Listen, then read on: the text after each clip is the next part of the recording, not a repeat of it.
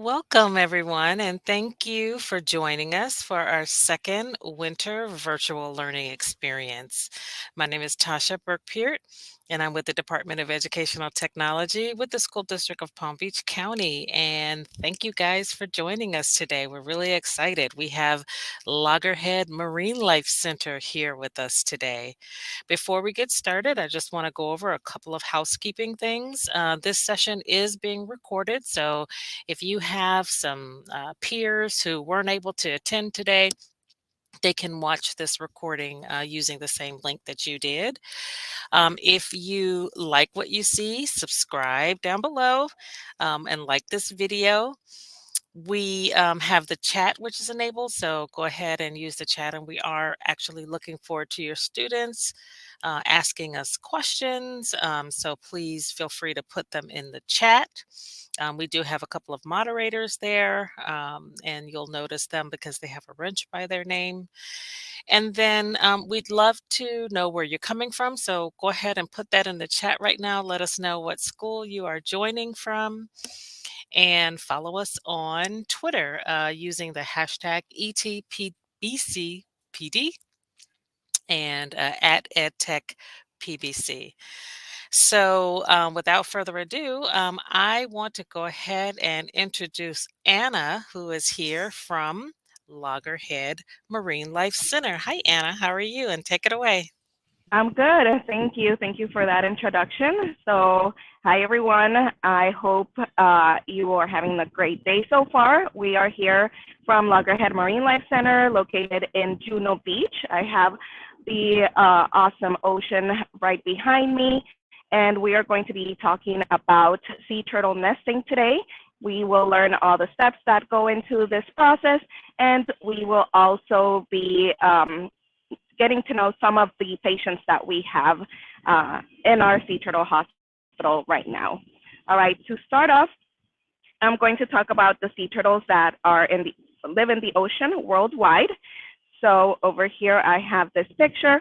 There are 7 species worldwide, and we have the leatherback, the green sea turtle, the loggerhead, the Australian flatback, Kemp's ridley, olive ridley, and the hawksbill sea turtle.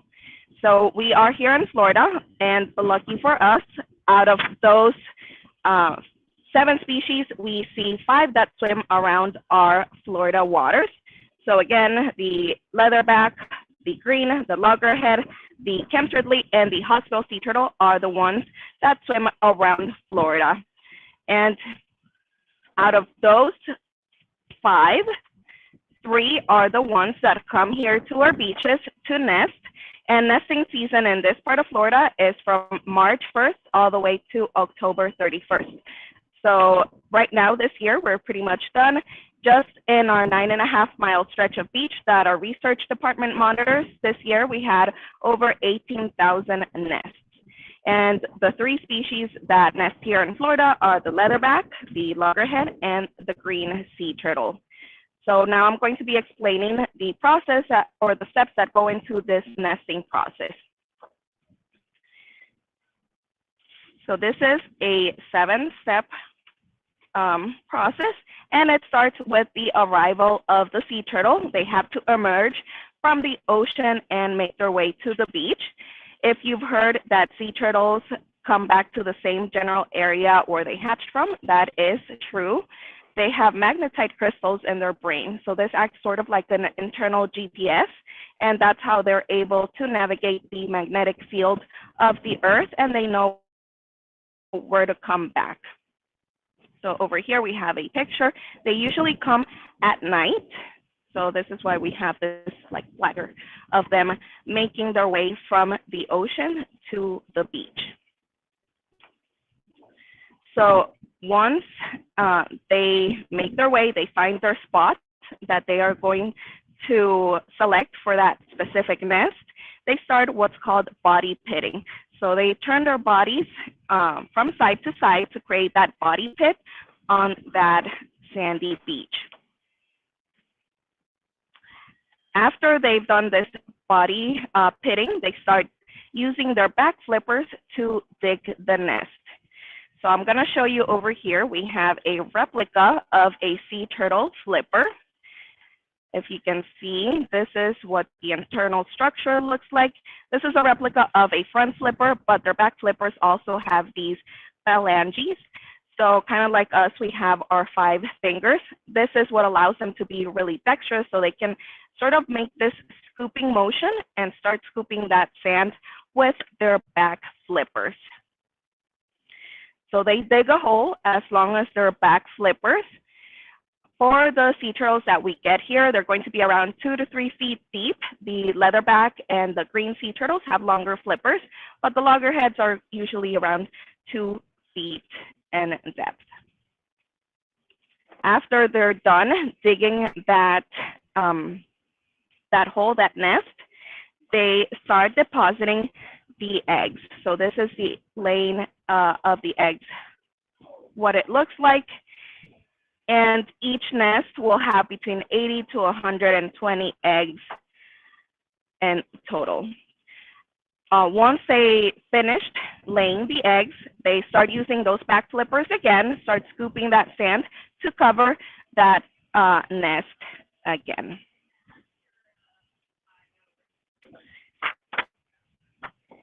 And then after they're done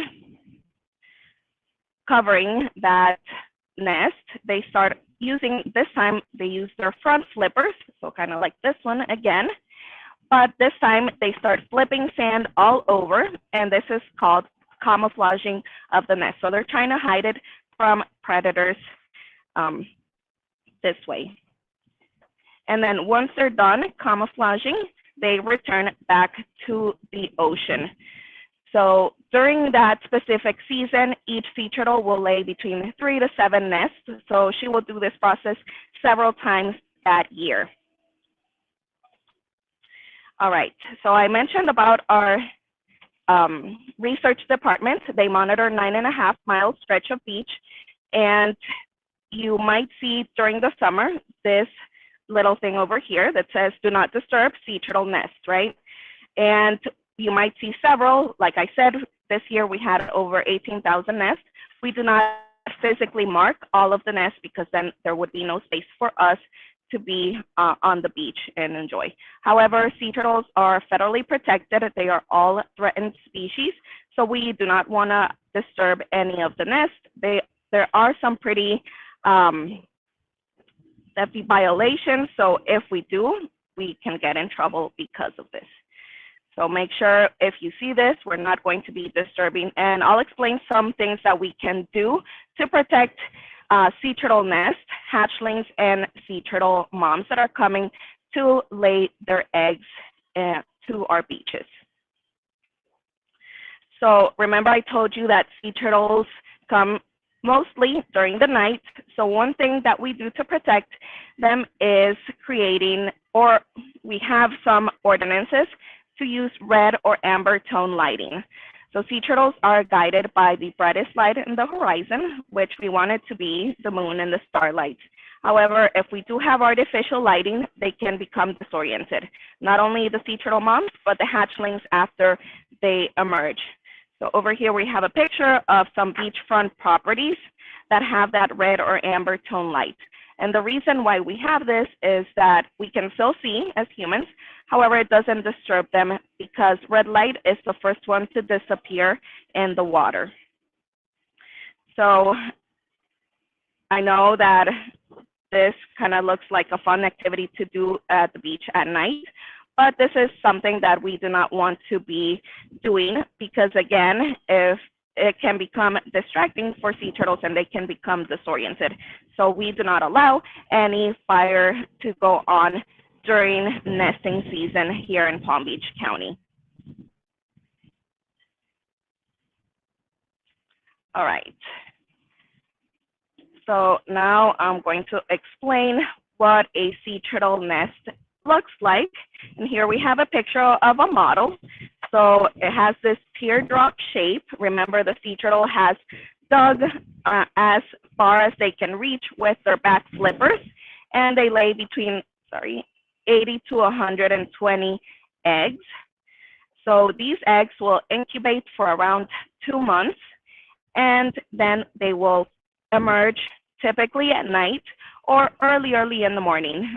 They can sense that temperature drop, and they also do this because it's not as hot and there are less predators. So you can see over here we have several eggs, and the ones at the top start emerging and create the space for the ones at the bottom to emerge as well. Now, part of our research is to do sea turtle nest excavations, but in order to do this, we have to wait 3 days after they have naturally hatched, and this is to count the success rate of that specific nest. So in order to do this, again, we wait those 3 days, and then we excavate this nest and then take everything out. We count how many eggs hatched, how many didn't. If we do find live hatchlings, because sometimes they can still become disoriented, so instead of making their way to, as their other sea turtle siblings have made it, they sometimes make their way over here on the sides. So when we excavate this nest, we're able to touch around, and then if we do find live hatchlings, we get to release them. So that's pretty cool and interesting to do. However, according to regulations, again, we have to do this before 9 a.m. because, one, it's not as hot and there are less predators on the beach and the ocean for them to be predated. So again, we have a picture the picture over here of the moonlight and that bright light that they're guided towards. So sea turtle hatchlings are born with all the instincts that they need to survive. They will not find their mom coming back to that specific nest because they are prepared for everything that they need to survive. Over here, we have a picture of the three sea turtle hatchlings that we get to see here on our beaches. So we have an example of a loggerhead over here. So this is a loggerhead sea turtle hatchling. Then the one in the middle is a green sea turtle hatchling.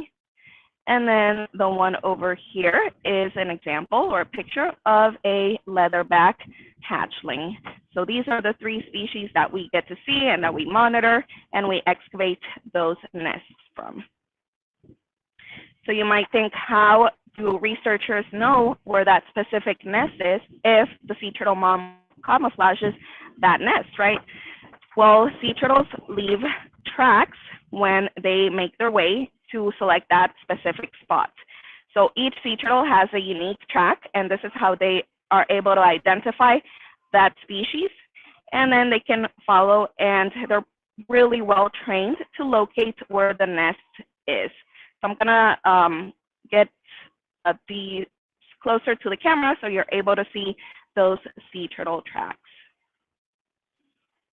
And then over here. So our research team goes out every morning and every night searching for these tracks. You might see them if you're early on the beach, you might see them on their ATV tracks, and this is what they're actually doing that research. So give me a second over here. I'll show you. And if they're lucky, they're able to see the actual process live.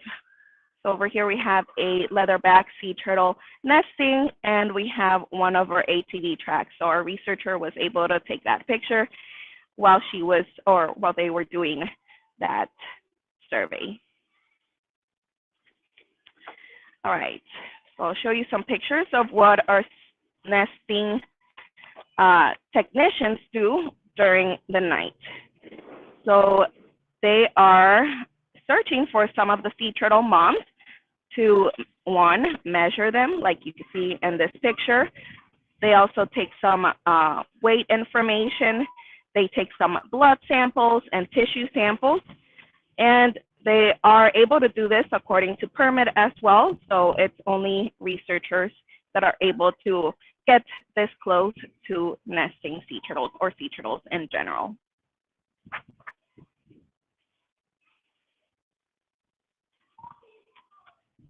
All right, now that I explained a little bit about what our research department does, I'll talk about how we can help not only during nesting season, but year-round pretty much. All right, so over here we have a picture of one of our sea turtle technicians took, and these are all, what do you see in that picture? So a lot of balloons, plastic bags, right? So one way we can help sea turtles, again, not only during nesting season, but year round, is one, not to litter, but two, if we're out on the beach and we notice something that shouldn't be there, we can pick it up because some sea turtles eat jellyfish. And then these balloons or plastic bags, once they're in the water, they resemble the movements of the jellyfish. So they might confuse it for food and ingest it. So this can become an issue. But we've also had some sea turtles tangled up in balloon string. So we want to make sure we're not leaving anything behind, especially not releasing any balloons, because everything that goes up will eventually come down and end up either in our waterways or our ocean. Then another way we can help, we want to make sure we are not doing this, and this specifically during nesting season. We don't want to be digging any holes because we can potentially disturb a sea turtle nest. And if we do, we want to make sure we're covering those holes. Also, if you're building sand castles, we want to make sure we're knocking them down after we're done. Because remember, sea turtle hatchlings will emerge at night, and they're about this size. They're really tiny. So a sand castle is going to look like a really, really big obstacle for them. Same with removing our beach furniture because they can get stuck in there, and any other debris like plastic bottles, we've seen that happen as well. So over here we have an example of a lot of marine or debris that was found really close to that water line. So we want to make sure we are preventing that from either re-entering or entering for the first time to the water. So these are some ways that we can help sea turtles. Again, we can do this year round. It doesn't have to be only during nesting season. All right, do we have any questions on the chat so far, or should I continue?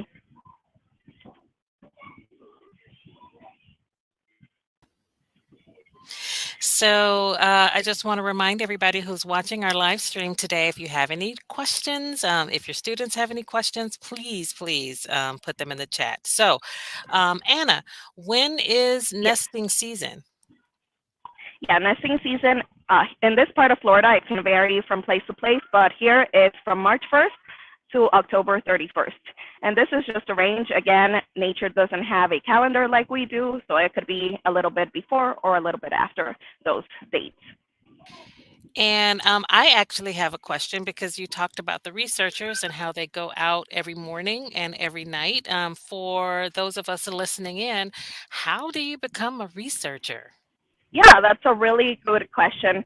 So researchers have like the background in biology or marine biology, and we have some seasonal research techs that want that experience. So after they've graduated from their undergrad or graduate programs, they come and become research techs. They get that training for them in order to actually locate those nests and then the excavation process. So that's how you become a research tech. That's a really cool thing to see. I have had the opportunity to do those nest excavations because we do have an educational program, and it's my favorite program. I can tell you that. And you also mentioned the predators that can get the baby sea turtles. Can you talk to us a little bit about what predators are out there for them, or that are looking for them? Yes, I do have a picture. All right, so yeah, like I mentioned, they do have a lot of predators even before they hatch. So ghost crabs can get into those nests, and they like pinch a little hole on the egg, and those are one of their predators on the beach. Also, like coyotes, raccoons, armadillos can get into and dig those nests and disturb them as well. Even something as tiny as a fire ant, which is an invasive species here in Florida, can become a predator because those fire ant bites, if you ever had one, they're really painful. So imagine to a little hatchling, they can become deadly as well. Then once they're emerging, again, ghost crabs can get them. We have a lot of birds that are predators. And then once they make their way to the ocean, anything bigger than them, so for example, different fish like mahi-mahi are predator to sea turtle hatchlings. As they grow, they have less and less predators. And then once they reach to like an adult size, their main predators are sharks. Thank you, Anna. So I don't see any other questions coming in just yet, so let's keep going. All right, so we have talked about sea turtle nesting so far and then our researchers. However, here at Loggerhead Marinelife Center, we are an active sea turtle hospital and we take care of sick and injured sea turtles. So I want to show you some of our patients. We have two of the species that nest here in Florida, and I want you guys to make some observations once we're there so you can take a look at the different characteristics that they have, and then we'll discuss that as well. So you're going to follow me, and we're going to go check out some of our sea turtle patients now.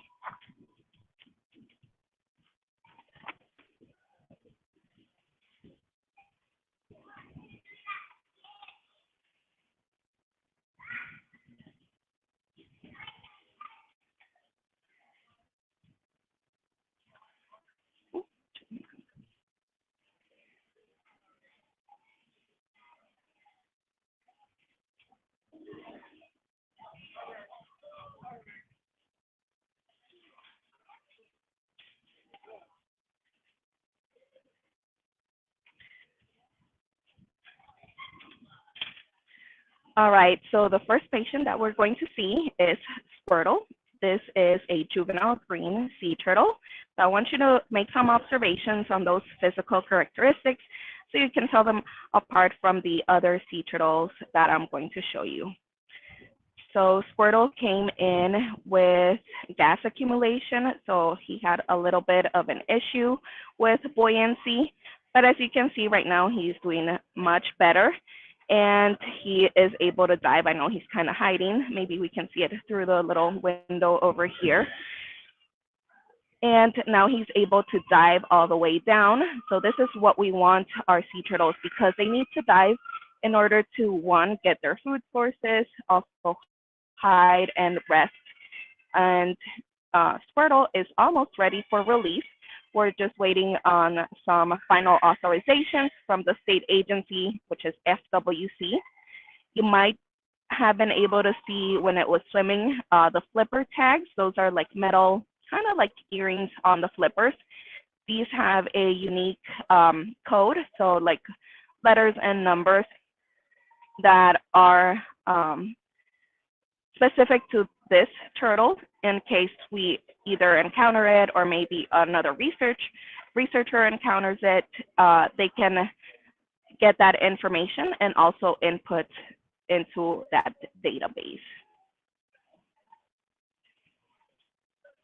So I want you to make some observations on the one color of the shell or the carapace, but also the size of the head. And then I'll show you some other with our other sea turtle patients.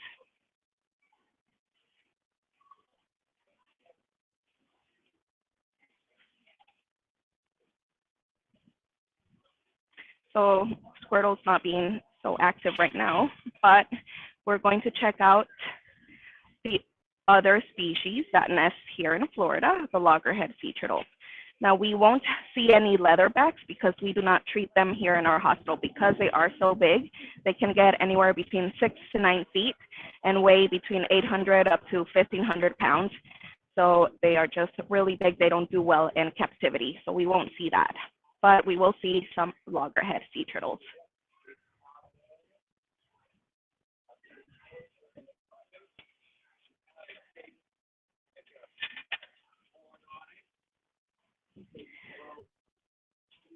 So this is a subadult loggerhead sea turtle. And all the loggerheads that we have just arrived on Saturday from Virginia. some people get surprised that they travel all the way there. So sea turtles do migrate a lot. And although we do have really pleasant weather here in Florida, it's not the same for our northern states. So some sea turtles can get what's called cold stunned. This is because they are reptiles, so they depend on the environment to regulate their body temperature. So they have a lot of cold stunned turtles up north, and they have to send them to other facilities. So we do work with other facilities as well. And with the loggerhead sea turtle, remember I told you guys about observing those characteristics. You can see the size of that head. The loggerheads receive that name, loggerhead, because they have a really big head. Loggerheads eat crustaceans, so they have a really strong jaw and bite force in order to break down those shells and eat what's inside. All right, so we're gonna move over to our next tank because we have a turtle that's swimming here. This is another one of the turtles that was transferred from Virginia.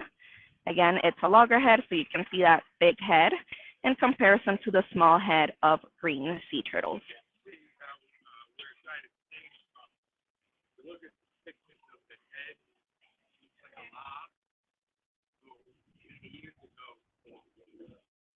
Any questions so far?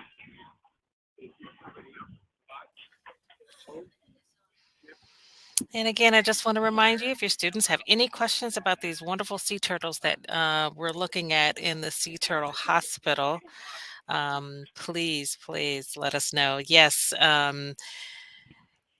we have some students from Georgia who are excited to see the sea turtles, and hopefully one day you'll get to Florida and you'll get a chance to visit the Loggerhead Marine Life Center to see them.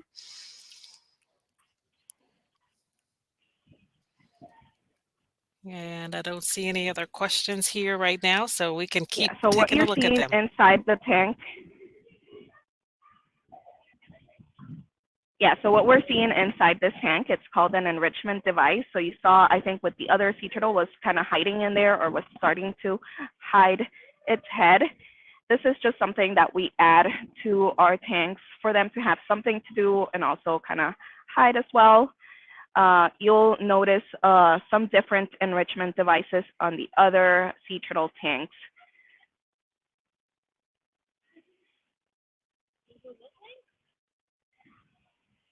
All right, we can move over to check out another patient.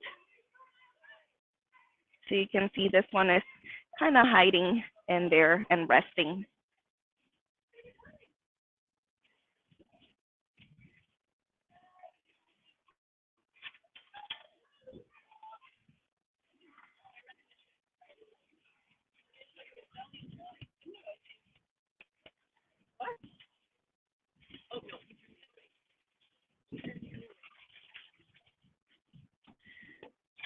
All right, so in this tank, we have another subadult green sea turtle.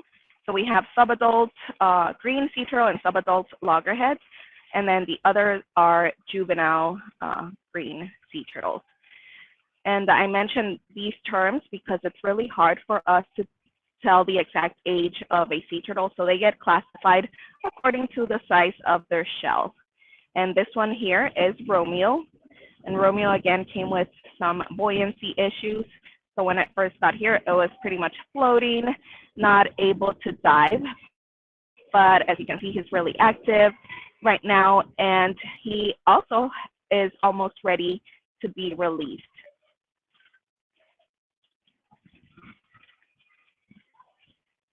Now, I mentioned what loggerheads eat, but green sea turtles receive that name because of what their food consists of.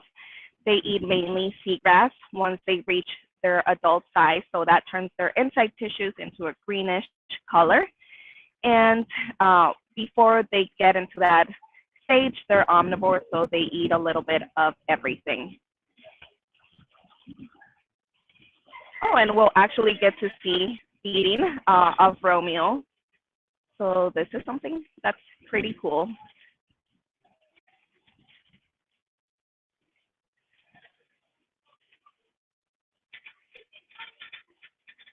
So yeah, as I was talking about feeding, here in our hospital, they get fed a combination of fish, squid, but they also get lettuce as well.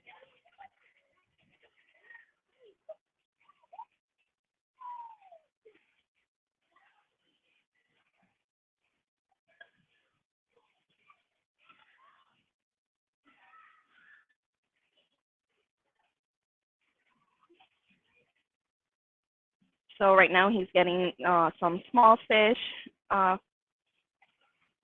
as part of his meal, and we'll get to see that. So that's pretty exciting and cool. We don't always get to see this part.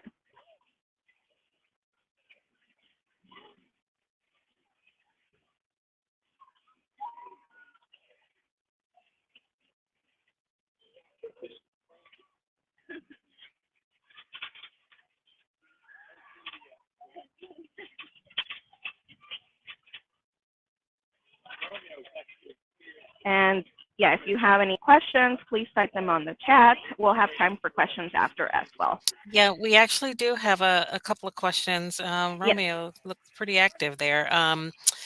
One question is, I think you did mention how old he is. How old? You said it's difficult to tell how old he is, but approximately?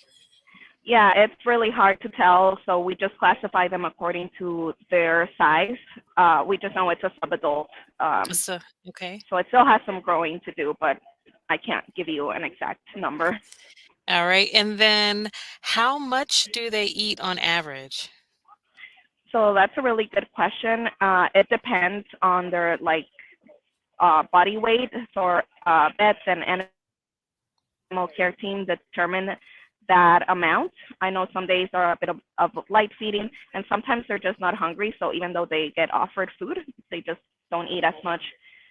So I think it has this like Tupperware, and we'll see how much he actually ends up eating.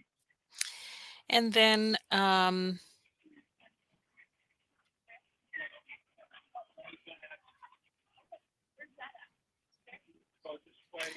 one more question. Yeah. We've seen several of them so far in the Sea Hospital. On average, how many patients do you have? So that all depends on the time of the year as well. Before we got those transferred, we only had green sea turtles because they stay in this general area. After the other species are done with their nesting process, I forgot to mention this, they're actually fasting, the female sea turtles. So after they're done with their nesting process, they go back to their foraging grounds and they take about a year or two off. um, so they pretty much leave the area. But once nesting season starts, we might be able to get some other patients as well. So we have 26 tanks here. If we need to, we are able to place a divider and have two turtles in each tank. So that's going to vary as well. And then we also have two hatchling tanks. Right now they're empty because they already have been released, but we'll show you, and we can have several hatchlings in each tank as well. Okay, we have another really good question. So the issue with turtles from Virginia, is that Mm-hmm. similar to what happens to the iguanas here in the winter? Yes, And if you it don't is. know, those of you in Georgia, if you don't know what happens with the iguanas in the winter, they completely freeze up, get stunned, and just if they're in a tree, they'll just drop down to the ground wherever they are. Yes, so that's actually the example that I use to explain this cold stun. Iguanas are reptiles as well, so they are cold-blooded and they depend on their environment to regulate their body temperature. That's why we sometimes see like like iguanas, lizards out in the sun. And yeah, that's pretty much the same thing. They can, because it gets so cold, they slow down their metabolism and their heart rate a lot that they just get washed up on the beach. So they just get that cold stun. Thank you. We don't have any more questions right now, so we can keep going. All right, so we're gonna be moving to our other tanks.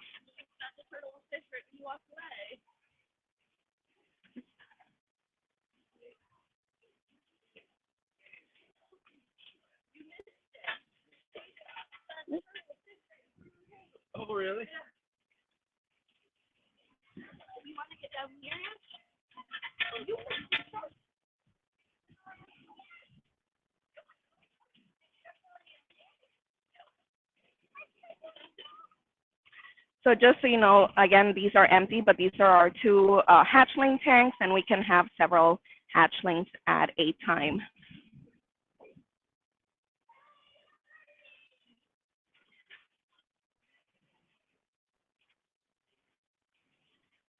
All right. Now this one is smaller than Romeo. Romeo was a subadult. This one is a juvenile, and this is Banks. And Banks, unfortunately, was hit by a boat and has some buoyancy issues. So what you see on those on the sides of his carapace or his shell are small weights that are placed or attached to counterbalance that buoyancy issue. And then you'll also notice another type of enrichment device in this tank, and that is to encourage that diving behavior as well.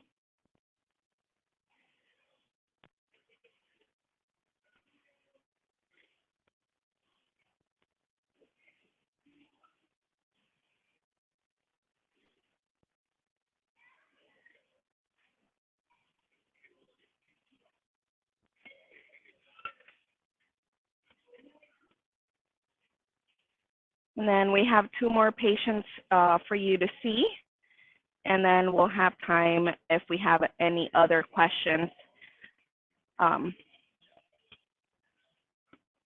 the students or teachers. All right, so this one is Buoy, and again, it's another juvenile green sea turtle. And this one has a disease that is caused by a virus. The disease is called fibropapillomatosis. It is a mouthful, but what this causes is some benign tumor growth. But if these tumors get too big, they can obstruct their swimming abilities and also their eyesight if they cover their face. And the treatment for this is to surgically remove them with a laser. And this laser cauterizes the tissue as it removes the tumor. And so far, this one has had 3 surgeries and has another one scheduled. But as you can see, the difference between Banks, that was mainly floating, and Buoy has no buoyancy issue at all. It's all the way down in the tank.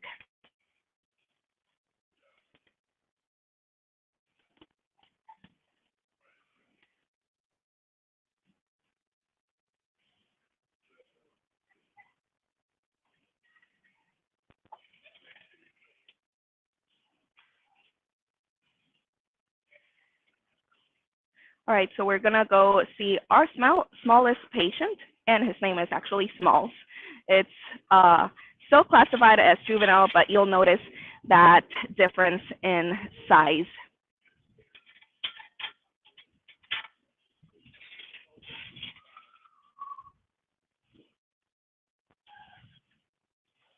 And Smalls came in with pneumonia. So sea turtles have lungs just like we do. They have to come to the surface to breathe, and they can get this type of infection as well. So it received some antibiotics and some nutritional support because when he got here, he was really, really weak.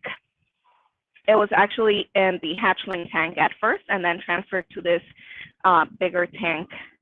So you can see he's doing a little bit better, improving. They're waiting for him to gain weight.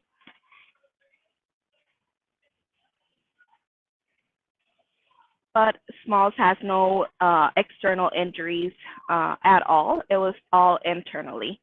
So in order to find out what happens internally, we do blood tests. We also do x-rays just to check out everything inside.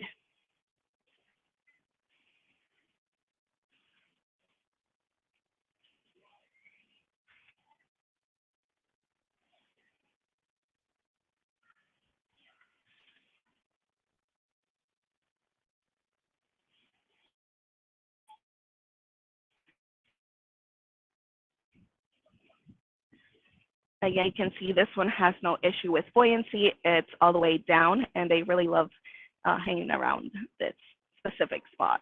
I think it's something to do with the water flow.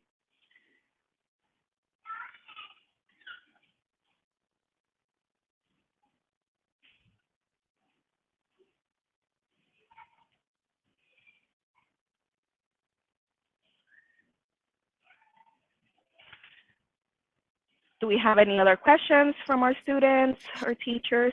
Yes, we do.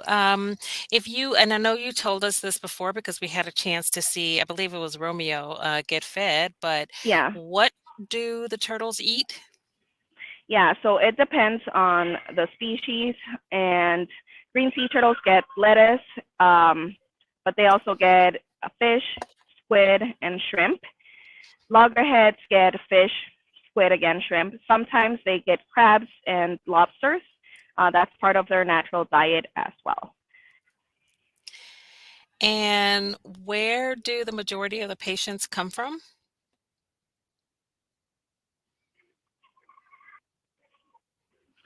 So some of them are around our area. For example, Smalls was found in the Jupiter Inlet, which is really close to where we're located. Some others have been found in northern counties, so like Martin County, St. Lucie County. Some of them down south, and then our Virginia patients as well. And for our younger viewers, you talked a lot about buoyancy. Can you explain why that's important? Yes, so buoyancy is the ability to float so if they have a buoyancy issue, imagine the sea turtle has a life jacket. So they're not able to dive. So we use our life jackets to float because we don't want to drown. But for sea turtles, this is important because they go under to find their food sources. Seagrass grows at the bottom. They can also find these small crustaceans at the bottom, but they also go down to rest and also hide from predators. Okay, thank you. And another thing is that depending on their size and their activity level, they can hold their breath for long periods of time. They do this again by slowing down their heart rate, so they don't need as much oxygen. But if they're swimming and being more active, then just like when we exercise, they need more oxygen as well, so they have to come to the surface to breathe.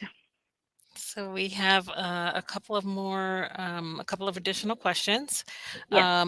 One is, at what age do young turtles learn to swim? So they are born, like the minute they hatch out and crawl to the water, they're able to swim. They're born with all the instincts they need to survive. And then you talked about them being able to go down to the bottom and rest. Do they sleep? Yeah. Yeah. So again, they can slow down their metabolism and their heart rate, and this is how they rest.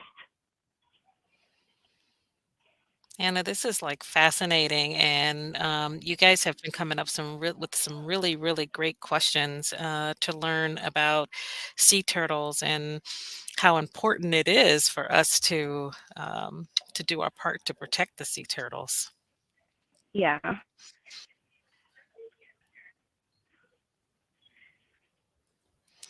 So I don't see any additional questions in the chat. If you do have a question, go ahead and put it in the chat.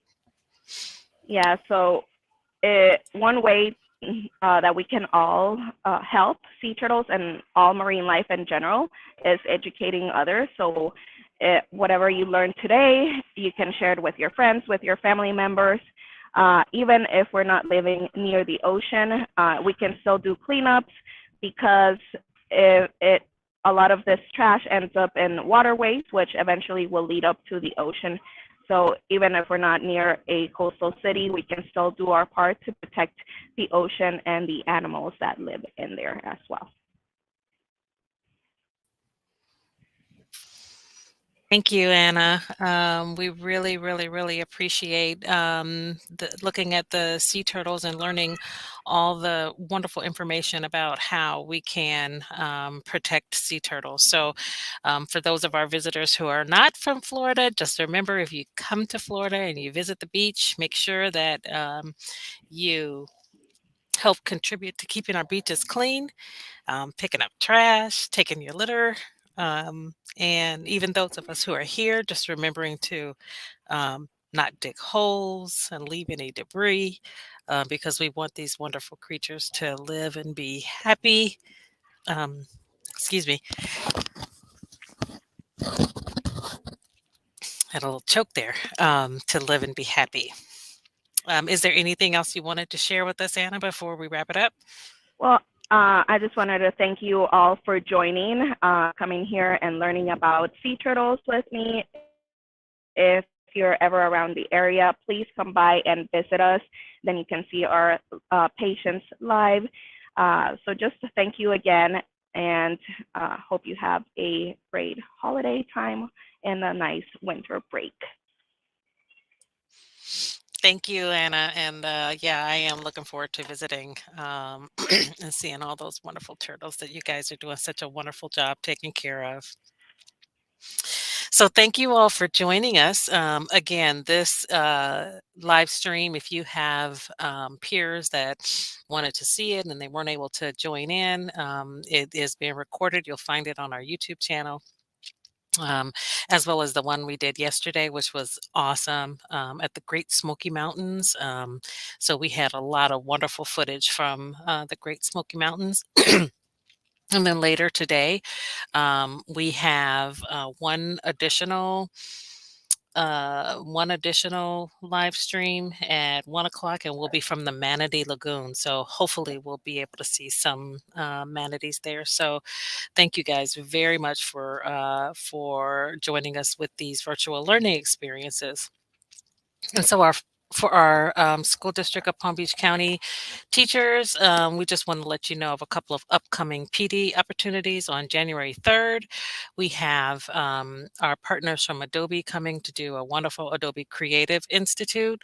If you want to learn more about the creative tools that we have available at the district, you're going to want to join Tanya Averith from Adobe. And all the teachers have a premium subscription to Pear Deck. So we have two Pear Deck offerings, Pear Deck 101 and Pear Deck 201. All three of those you can find in e-learning and register for them because those will be pretty amazing. And then on January 4th, we have our second part of the FINDS model, the elementary version.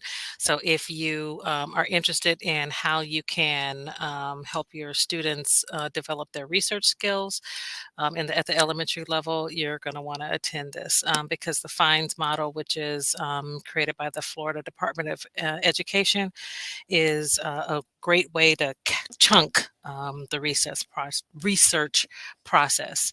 So we'll be coming with part 2. So on behalf of the entire EdTech team, we'd like to make sure that we show everyone here so that you know that we are here to support you in your technology innovation and integration needs.